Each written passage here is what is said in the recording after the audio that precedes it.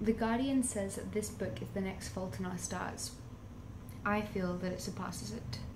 This book is about two characters called Finch and Violet, and they meet on the top of the school bell tower where they're both contemplating suicide. And up there, an unlikely bond, friendship and relationship is formed by two very broken souls. This book pulls you in from the very first page. I mean, starting a book with your character on top of a bell tower about to jump off, I mean, you can't get more gripping than that. It should be a really serious topic, someone contemplating ending their own life, but the main character, Finch, has such a wicked sense of humour, you just can't get enough of it. He's just a young man trying to figure out who the hell he is. His character's quite stereotypical, but it's meant to be because he's very worried and concerned about labels.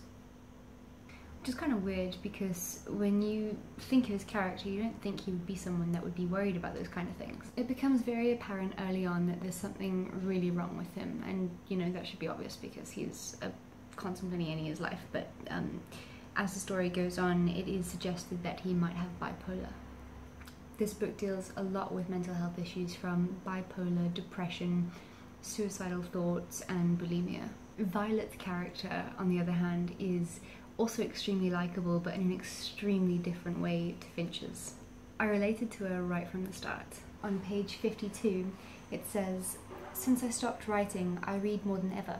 Other people's words, not my own. My words are gone." Something about that one simple line just got me. I felt like I knew her so well. I've been reading almost religiously since my engagement ended. I've been ignoring my own words and muffling them. And I've been focusing on other people's words and stories and books instead. Violet calls herself the writer that never writes, and I recently just wrote a post on my blog, I'll leave the link down below, called "The Writer That Doesn't Write, I Am an Enigma."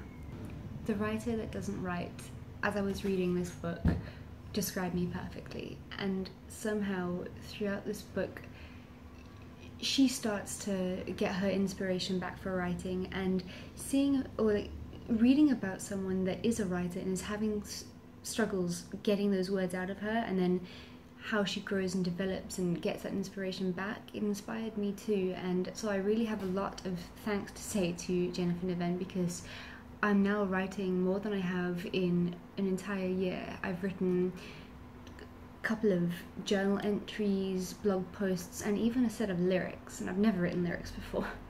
I just love how throughout this book she subtly gains back that love and passion that she's got for her writing. Her character was involved in a really nasty car accident and she lost her sister, and so the reason she is feeling suicidal on top of the bell tower that day is because she misses her sister and she's having a lot of trouble moving past her death. Finch and Violet get paired together for the school project where they've got to go wandering, and it's a really cool project. Like, they've got to go and see all these attraction sites of Indiana, even some kind of weird and strange ones that you wouldn't think of straight away, and they get paired together because of Finch's persistence. He really likes her and he wants to be paired with her, and she's like, oh god. But yeah, they end up having the most incredible about this book was that it didn't try, it just was, and what it was just beautiful. If there's one book that I wish could have gone on forever and ever, it would have been All the Bright Places by Jennifer Niven. Her voice is captivating and addictive.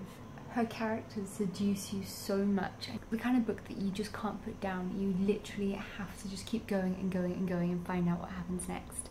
It is pure beauty, just wrapped up in a 376-page book. I literally can't get rid of the goosebumps. By the end of this book, I was left completely speechless.